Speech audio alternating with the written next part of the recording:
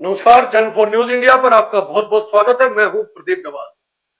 दोस्तों, जब किसी संगठन में, ऑर्गेनाइजेशन में, किसी पार्टी में, दल में यदि किसी नेता को यह लगता है कि वो जितना डिजर्व करता है या जितना योग्य है, उसको अगर वो चीज हासिल नहीं होती है, वो पद हासिल नहीं होता है, तो फिर एक टीस होती है।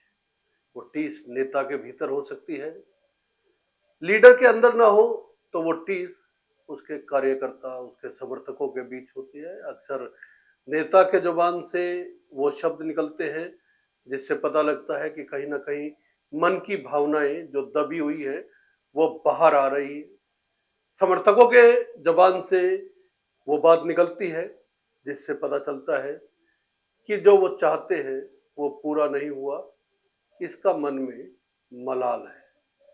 ये मलाल कई बार उस ऑर्गेनाइजेशन के लिए, उस पार्टी के लिए, उस संगठन के लिए काम जो करेगा उसका अंदाजा आप लगा सकते हैं। एक बड़े नेता है, उनको दक्षिण हरियाणा का बड़ा नेता कहा जाता है। उनका माना जाता है कि भारतीय जनता पार्टी अगर दक्षिण हरियाणा में लगातार जीत का परचम लहरा रही है तो इसमें इस नेता की काफी बड़ी भागीदारी होती है, चाहे वो लोकसभा चुनाव हो और चाहे वो विधानसभा चुनाव हो। हरियाणा में, दक्षिण हरियाणा में एक प्रभाव रखने वाले नेता का नाम है राव इंद्रजीत सिंह। हमने एक शो किया था लोकसभा चुनाव के खत्म होने के बाद कि अब मुख्यमंत्री कुर्सी को लेकर दावेदारी शुरू हो गई है और उन नेता की ओर से भी कुछ ऐसी बातें कही गई थी जिससे संकेत मिल रहे थे कि वो इस बार सीएम कुर्सी के लिए दावेदारी ठोक रहे हैं। लेकिन ये दावेदारी उनकी उस समय, हम कहें कि उनके मन में जो एक आस थी, उम्मीद थी, एक आशा की किरण थी, उस पर विराम लग गया जब अमित शाह ने नायब सिंह सैनी के नेतृत्व में ही विधानसभा चुनाव भारतीय जनता पार्टी के लड़ने की बात कह दी।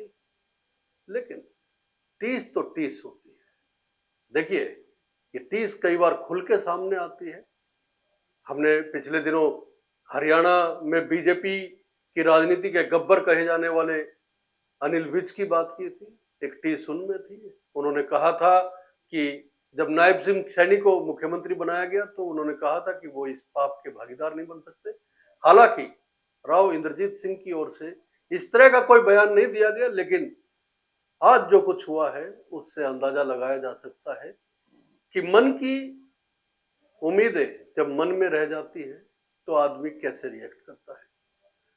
पहले उन्होंने कहा था कि मुख्यमंत्री की कुर्सी का रास्ता अहिरवाल से होकर गुजरेगा।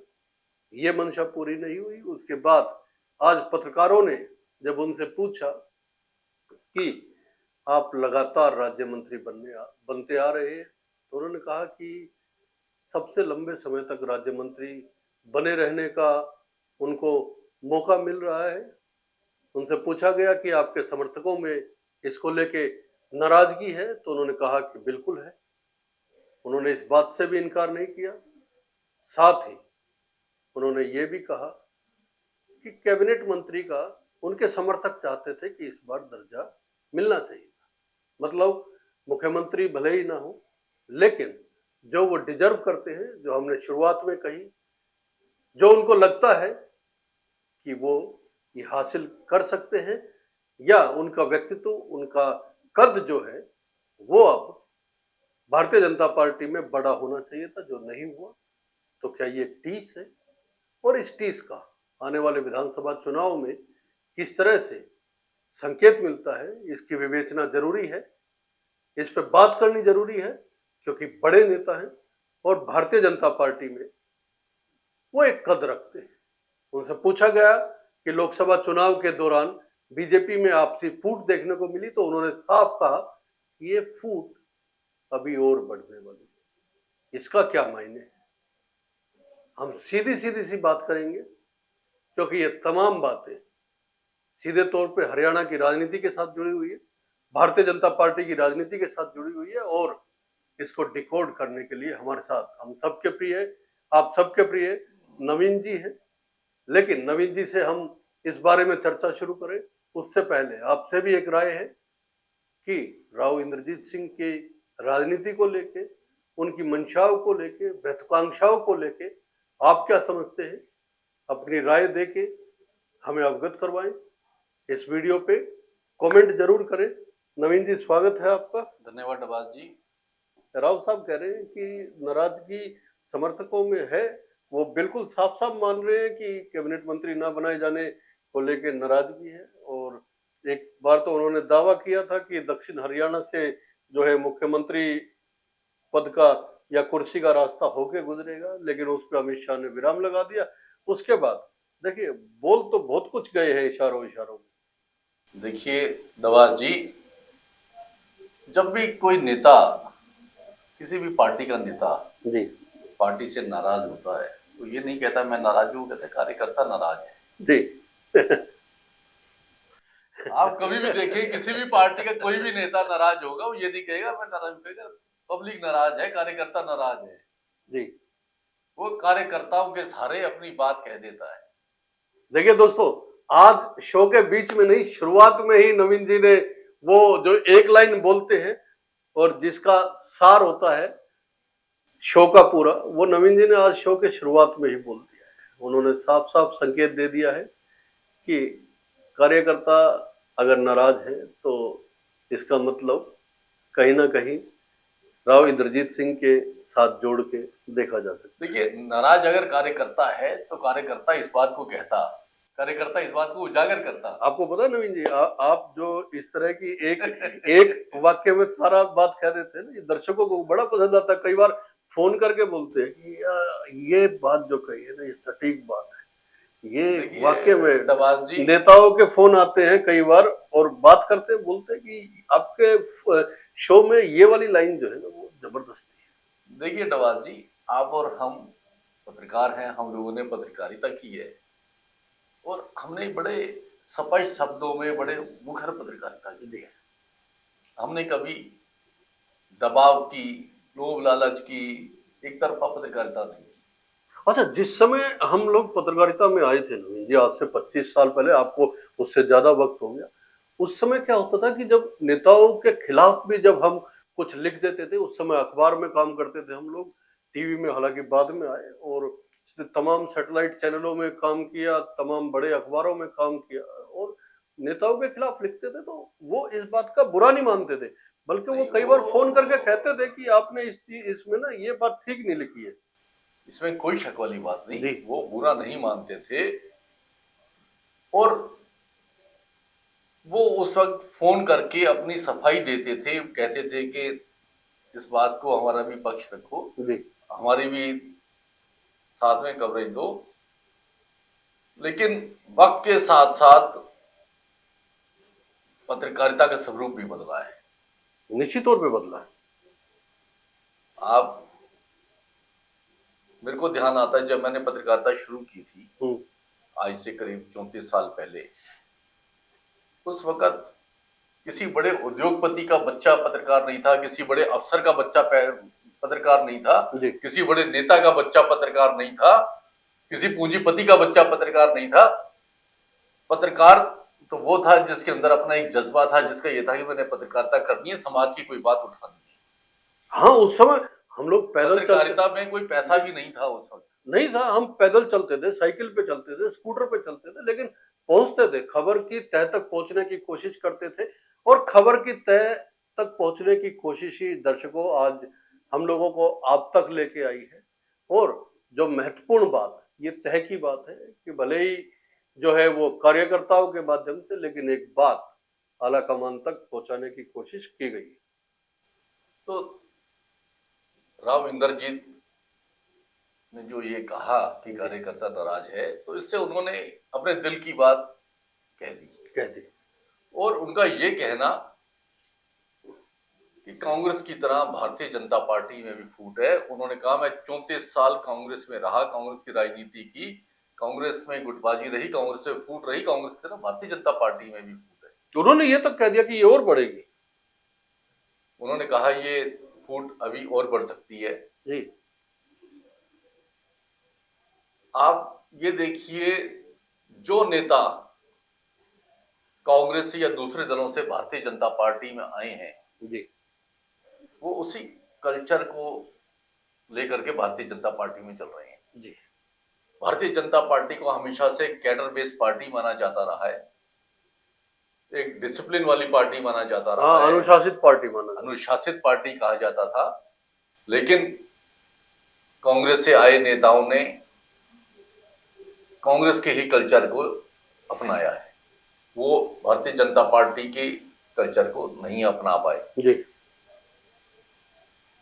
इसी वजह से आज भारतीय जनता पार्टी में इस तरह की बातें उठ रही हैं।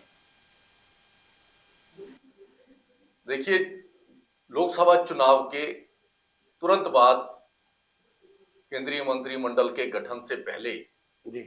राव इंद्रजीत ने अपने कार्यकर्ताओं की एक बड़ी बैठक की थी। उस बैठक में उन्होंने हरियाणा के अगले मुख्यमंत्री बनने के संकेत अपने कार्यकर्ताओं को दिए थे। उन्होंने कहा था कि हरियाणा में मुख्यमंत्री की कुर्सी का रास्ता अहिरवाइल से होकर गुजरता है।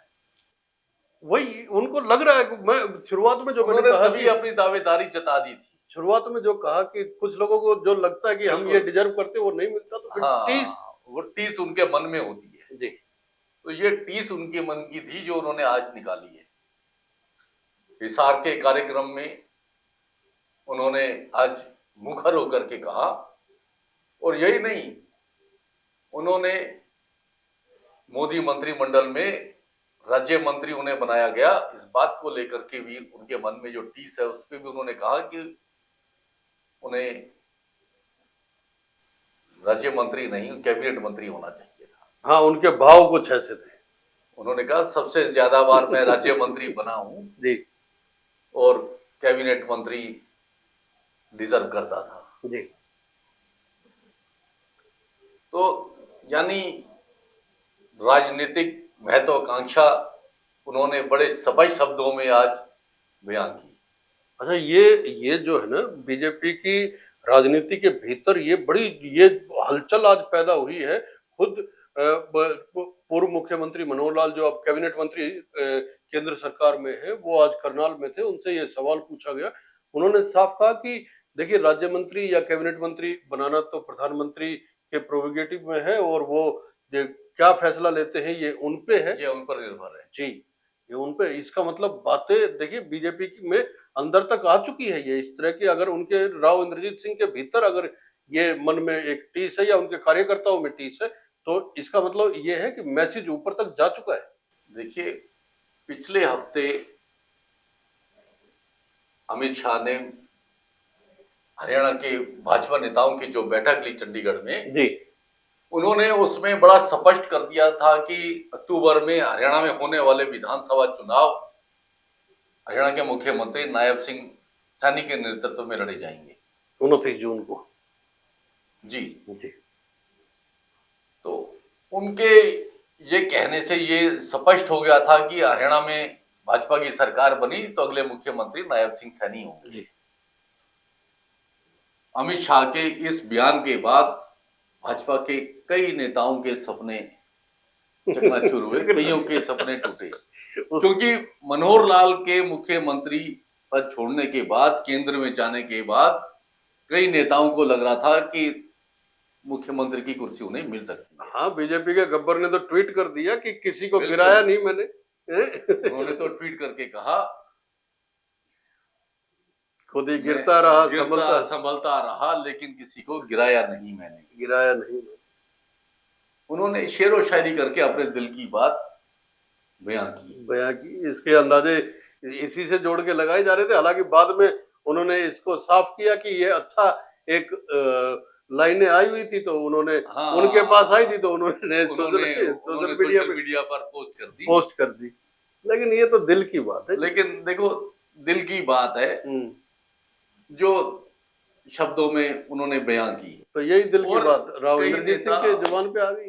राव इंद्रजीत सिंह की जुबान पर आ गई। और अभी कई ऐसे नेता हैं जो मुख्यमंत्री की कुर्सी की के तरफ दावेदार हैं, टकटकी लगा के जिनको बैठे टकटकी लगाए बैठे थे। और अब ये देखो, मनोहर लाल के हटते ही उन नेताओं में एक आस जगी, उनको लगा कि अब मुख्यमंत्री की कुर्सी तुम्हें मिल सकती है। जी। उनमें अगर हम बात करें, रामविलास शर्मा जी। पुराने नेता हैं भारतीय जनता पार्टी के। कैप्टन अभिमन्यु जी। भाजपा के बड़े नेता रहे हैं, पूर्व मंत्री हैं, और कई बड़े नेता जो टकटकी लगाए बैठे थे। लेकिन नवीन जी, सवाल तो ये है कि इनमें से कोई बोला नहीं, बोला तो सिर्फ देखिए, दो लोग बोले हैं, या तो गब्बर बोले हैं देखिए, या फिर राव साहब बोले हैं। दो लोग कैप्टन बोले। अभिमन्यु की, रामविलास शर्मा की बात करें तो ये भारतीय जनता पार्टी के पुराने कार्यकर्ता रहे, पुराने नेता रहे हैं। और मैंने आपको कहा कि भारतीय जनता पार्टी का ये कल्चर नहीं रहा कि वो मुखर होके बोले। जी। जो नेता दूसरी पार्टी से आए हैं, कांग्रेस से आए हैं, उन्होंने उस कल्चर को नहीं छोड़ा, उसी कल्चर के साथ वो भारतीय जनता पार्टी में राजनीति कर रही है। फिर वही बात जो हम कई शोज में बोल चुके हैं कि ये बीजेपी में तो जरूर आ गए, लेकिन इनके भीतर बीजेपी आनी बाकी है। और ये बात मनोहर लाल खट्टर ने मंच से कही जी। और ये बात ये नेता साबित भी कर रहे हैं जी। लेकिन तो सवाल ये है कि लेकिन इस तरह की बयानबाजी भारतीय जनता पार्टी के लिए नुकसानदायक हो सकती है, घातक हो सकती है, क्योंकि कांग्रेस और विपक्ष इन चीजों को मुद्दा बना सकता है। मैं इसी सवाल पे आ रहा था कि इस तरह के जब स्टेटमेंट्स आते हैं, चाहे नेता दे और चाहे उनके समर्थकों की ओर से कहा जाए, जब इस तरह की चीजें सामने आने लगती हैं और ये कह दिया जाता है खुद नेता की ओर से कि फूट है और ये और बढ़ेगी, तो इसका आने वाले चुनाव जो सिर पे खड़े हैं, जिसपे साख और नाक दोनों बीजेपी की दांव पे लगी हुई है, साख भी जाएगी और नाक भी जाएगी, क्योंकि लोकसभा चुनाव में 5 सीटें ऑलरेडी खो चुकी है बीजेपी। देखिए, निश्चित तौर पर इसका असर आने वाले हरियाणा के विधानसभा चुनावों पर पड़ेगा। जी। और इस बात से ये स्पष्ट है, अगर राव इंद्रजीत के समर्थकों को भारतीय जनता पार्टी ने टिकट ना दी जी, तो वो और ज्यादा मुखर हो सकते हैं। और बयान देने वालों को तो बीजेपी पकड़ती। बीजेपी का ये कल्चर रहा है, उनकी ये मैनेजमेंट रही है जी। जो भारतीय जनता पार्टी में पार्टी के खिलाफ बोलता है, जो मुखर होकर बोलता है, सार्वजनिक रूप से बोलता है, भारतीय जनता पार्टी उसे किसी हालत में बर्दाश्त नहीं करती, भले ही उसे सार्वजनिक रूप से कुछ ना कहे। लेकिन राव इंद्रजीत सिंह का कद बड़ा है जी। ये 6 बार के सांसद हैं वो जी। बड़ा कद है, इसमें कोई शक वाली बात नहीं। उनके पिताजी हरियाणा के मुख्यमंत्री रहे हैं जी। हरियाणा बना तो दूसरी बार उनके पिताजी मुख्यमंत्री बने थे, और अहिरवाल में 11 विधानसभा सीटों पर उनका असर है। जी। तो बड़ा कद है, बड़ा असर है उनका। तो फिर सवाल वही है जो वो उठा रहे हैं, फिर तो देखिए, सवाल है वो इसीलिए कि जो वो डिजर्व दावेदारी कर रहे हैं क्योंकि उन्हें भी पता है कि 11 सीटों पर उनका असर है। वो अपने समर्थकों को टिकट भी दिलवाते हैं, उन्हें जिताते भी हैं। देखिए, 11 सीटों पे तो भारतीय जनता पार्टी के, अगर हम पूरे हरियाणा में काउंट करके देखें तो शायद ही कोई नेता होगा जिसका 11 सीटों पे सरकार बनाने में 11 सीटें बड़ी अहम होती। जी। फिर तो एक एक नेता, खुद मनोहर लाल खट्टर जी को ले लीजिए, शायद 11 एमएलए तो वो भी ना जितवा पाए। नहीं, कोई और नेता नहीं जितवा सकता जी। हरियाणा में भारतीय जनता पार्टी का, और कोई ऐसा नेता नहीं है जो 10-11 विधानसभा सीटों पर असर रखता हो, जिसका व्यक्तिगत असर इतना हो कि 10-11 सीटों पर वो जितवा सके या हरवा सके। फिर तो सवाल वही है नवीन जी कि फिर तो टीस जायज है। देखिए, जो डिजर्व करते हैं, अगर व्यक्ति को वही ना मिले, जो वो कहता है कि भाई मैं इस लायक हूं और मेरे को वो चीजें ना मिले, तो फिर टीस तो जायज है ना। देखिए, जहां तक बात टीस की है, अगर हम बात करें डिजर्व करने की या जमीनी पकड़ की, विधानसभाओं में पकड़ की, जी। 2014 में मनोहर लाल खट्टर पहली बार एमएलए बने थे जी। जिंदगी में। वो इससे पहले कभी विधायक नहीं रहे, पहली बार एमएलए बने 2014 में। और एमएलए बनते ही उन्हें मुख्यमंत्री बना दिया गया, जबकि उनके मंत्रिमंडल में कई ऐसे मंत्री थे जो कई कई बार विधायक बन चुके, मंत्री रह चुके, विधायक रह चुके। तो इसलिए ये जरूरी नहीं है कि जिसकी पकड़ है, जो पहले कई बार विधायक रह लिया, जो एमपी रह लिया, जो मंत्री रह लिया, उसी को मुख्यमंत्री बनाया जाएगा। राजनीति में लॉयल्टी देखी जाती है, और आज के समय में तो अपने लॉयल लोगों को ही पद दिया जा रहा है। बड़े बड़े नेताओं को भारतीय जनता पार्टी ने दूसरे प्रदेशों में मुख्यमंत्री, अच्छा लॉयल्टी, फिर वही सवाल, लॉयल्टी व्यक्ति विशेष पे देखा जा रहा है। पार्टी के जो प्रधानमंत्री का लॉयल है उसको जिम्मेवारी दी जा रही है, जो अमित शाह का लॉयल है, जो उनका विश्वास पात्र है, उनको बड़ी जिम्मेवारियां सौंपी जा रही हैं। जो पार्टी का लॉयल है वो पार्टी के लिए काम कर रहा है, उसको कोई नहीं पूछ रहा, उनको कोई बड़ी जिम्मेवारी नहीं दी जा रही, वो पार्टी के लिए काम कर रहा है। अब लॉयल प्रधानमंत्री के प्रति या बड़ा विश्वास पात्र सतीश पुनिया को बताया जाता तो कल उनको प्रभारी बना दिया गया। ये देखिए, मध्य प्रदेश में शिवराज चौहान को बदला गया जी, रमन सिंह को बदला गया जी, उन्होंने ऐसे ऐसे मुख्यमंत्री बदल दिए। राजस्थान में आप वसुंधरा राजे सिंधिया को बदल दिया गया जी, जिनके अपने प्रदेश में बड़ी पकड़ रही है, बड़े नेता रहे हैं, बड़ा नाम रहा है उनका जी। और ऐसे नेताओं को वहां मुख्यमंत्री बनाया गया जिसकी कोई सोच ही नहीं सकता था। हाँ, कोई नाम नहीं, कोई नाम नहीं था। तो भारतीय जनता पार्टी बड़े और एस्टेब्लिश नेताओं को, जब से नरेंद्र मोदी, अमित शाह, इन लोगों ने सत्ता संभाली है, उनको हिलाने पे लगे हुए, उनको ये लग रहा है कि जो तुम्हारे लॉयल हों वही कुर्सी पर रहने चाहिए। ये पार्टी की नीति बिल्कुल बदल गई है जी। आज नरेंद्र मोदी का कद भारतीय जनता पार्टी से बड़ा हो चुका है। भारतीय जनता पार्टी से नरेंद्र मोदी नहीं है, नरेंद्र मोदी से आज भारतीय जनता पार्टी है और नरेंद्र मोदी की वजह से उनकी सरकार है। फिर नवीन जी, फिर तो देखिए असर पड़ेगा विधानसभा चुनाव। देखिए असर, अगर जैसे राव इंद्रजीत सिंह ने आज कहा, उनके समर्थकों को टिकटें ना मिली, उम्मीदवार ना हुए, तो निश्चित तौर पर वो मुखर हो सकते हैं जी। और अगर वो मुखर हुए तो भारतीय जनता पार्टी को अहिरवाल में नुकसान हो सकता है।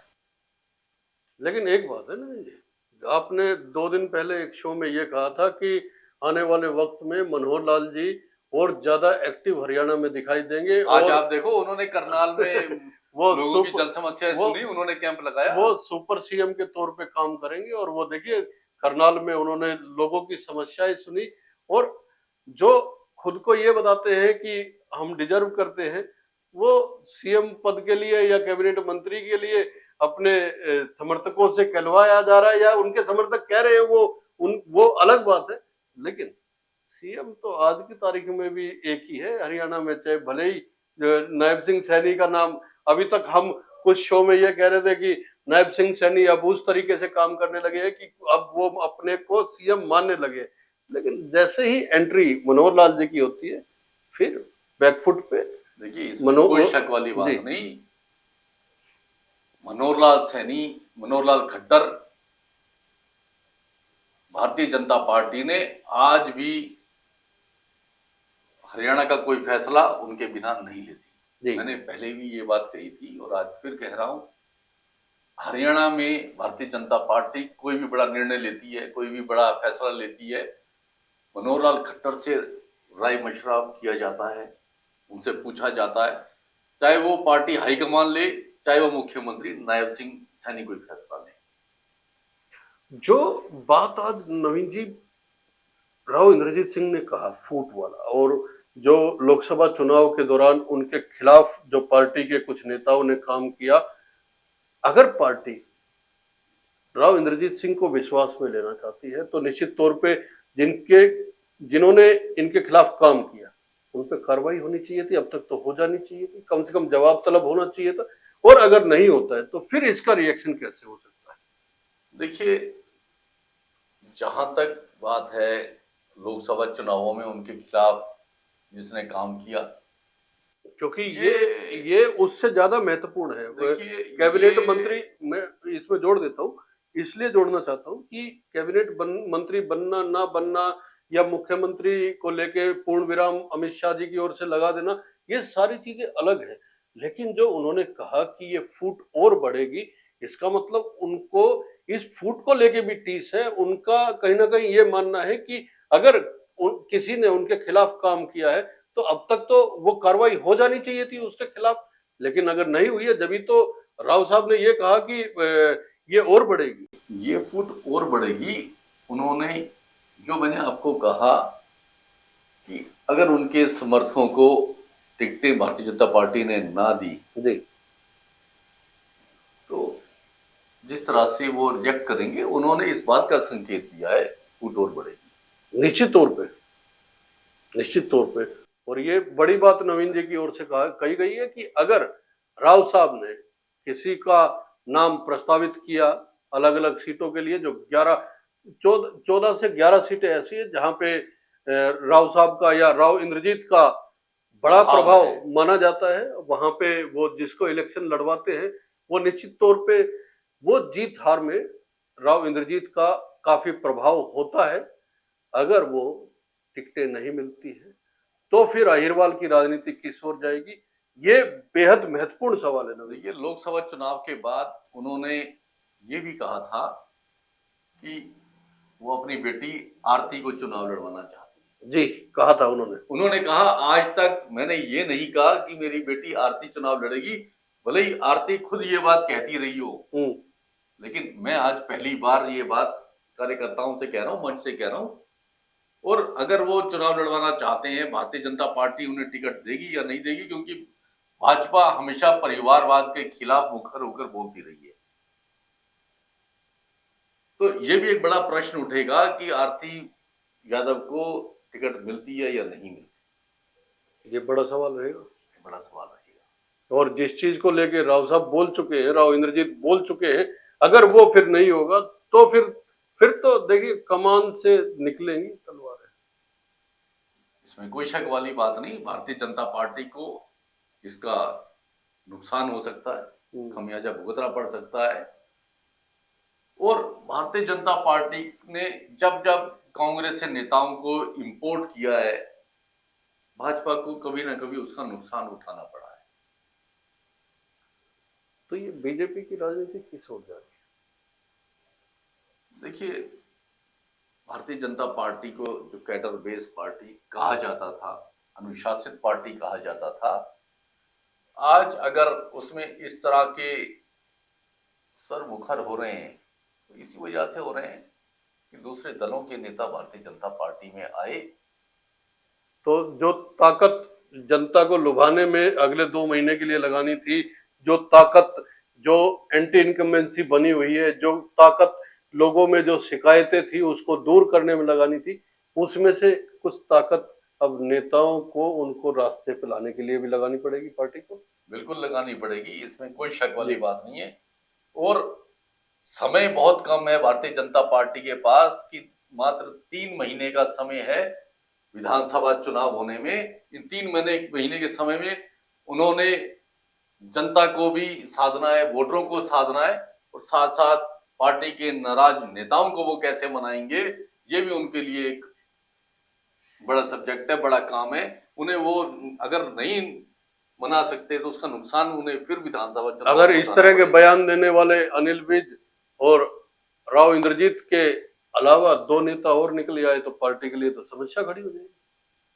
समस्या निश्चित तौर से खड़ी हो सकती है, इसलिए इन्हें उन पार्टी के उन नेताओं का भी ध्यान रखना होगा कि कौन से नेता ऐसे हैं जो पार्टी के खिलाफ जा सकते हैं। लोकसभा चुनावों में कई उम्मीदवारों ने कई नेताओं के नाम लिए, पार्टी में उन्होंने शिकायत की कि इन लोगों ने चुनावों में हमारे खिलाफ काम किया है, भीतरघात किया है, जिसका हमें नुकसान हुआ है। देखिए 73,000 वोट से ही तो जीते हैं राव इंद्रजीत। हाँ, और देखिए राज बब्बर उनके सामने बिल्कुल कांग्रेस के नए कैंडिडेट थे, और उनके राजबब्बर के पास तो समय भी बहुत कम था प्रचार का। सबसे आखिर में सबसे आखिर कैंडिडेट हरियाणा में राजबब्बर थे। कांग्रेस ने 10 में से 9 कैंडिडेट घोषित कर दिए थे। गुड़गांव की सीट उन्होंने सबसे आखिर में announce की। जी उसके बावजूद मात्र 74,000 वोटों से राव इंद्रजीत जीते। तो देखिए, खाली राव इंद्रजीत नहीं, हरियाणा के कई नेताओं ने शिकायतें की कि उनके साथ भीतरघात हुआ। उनकी पार्टी के कई पूर्व विधायकों ने कई पूर्व मंत्रियों ने उनके खिलाफ काम किया। अब भारतीय जनता पार्टी विधानसभा चुनावों में ऐसे नेताओं को उम्मीदवार बनाएगी, उनको टिकट देगी या नहीं देगी, जिनके खिलाफ शिकायतें आई हैं, ये भी एक बड़ा सवाल है। और इसको लेके बीजेपी की राजनीति भी बड़े महत्वपूर्ण मोड़ पे आ सकती है। अगर कुछ बड़े नेता हैं जिनके नाम आ रहे हैं, कुछ ऐसे नेता हैं जो अपने इलाके में प्रभाव रखते हैं, अगर उनकी टिकटें कटती है या फिर उनको टिकटें मिलती है, अगर टिकटें मिलती है तो जिनके खिलाफ उन्होंने काम किया है, क्या वो उनका साथ आने वाले विधानसभा चुनाव में देंगे? और अगर टिकट कटती है तो फिर वो पार्टी के खिलाफ कैसे काम करेंगे? ये भी एक बड़ा सवाल है। और राव साहब की टीस भले ही कार्यकर्ताओं के माध्यम से निकली है, लेकिन उन्होंने कहा कि सबसे लंबे समय तक वो लगातार राज्य मंत्री बनते आ रहे हैं। उन्हें इस बात का मलाल है कि कैबिनेट मंत्री तो कम से कम वो डिजर्व करते हैं, वो इस योग्य है कि उन्हें कैबिनेट मंत्री बनाया जाए। और जिस तरीके से उन्होंने कहा था कि अहिरवाल से हरियाणा के मुख्यमंत्री की कुर्सी का रास्ता होके गुजरेगा, अब उस पर भी विराम लग चुका है। और खुद मनोहर लाल जी कह चुके हैं कि किसको कैबिनेट मंत्री और किसको राज्य मंत्री बनाना है, ये प्रधानमंत्री का प्रोरोगेटिव है। और निश्चित तौर पे है, इसमें कोई दो राय नहीं है। लेकिन ये टीस तो हरियाणा में है, और अगर राव इंद्रजीत कुछ बोलते हैं तो उनके कद के हिसाब से उसका मायने भी बड़ा ही होता है। दोस्तों, नवीन जी की टिप्पणी आपने सुनी, और मैं चाहता हूं और आपसे अनुरोध है कि आप राव इंद्रजीत सिंह की और भारतीय जनता पार्टी की राजनीति को लेके कमेंट जरूर करें, क्योंकि जब आप राय देते हैं तो हमारी भी राय बनती है।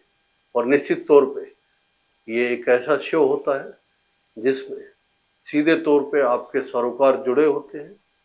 तो शो अच्छा लगे तो लाइक कीजिए, शेयर कीजिए, और चैनल को सब्सक्राइब करना ना भूलें। और जब आप सब्सक्राइब करें तो साथ में घंटी जैसा बटन बना होता है, उसको भी दबा दीजिए, ताकि चैनल 4 न्यूज़ इंडिया पे जितनी भी खबरें आए वो सीधे आप तक नोटिफिकेशन के जरिए पहुंचे और आपको पता लगता रहे देश दुनिया में क्या हो रहा है। नवीन जी, बहुत बहुत धन्यवाद। धन्यवाद नवाज जी। धन्यवाद दोस्तों।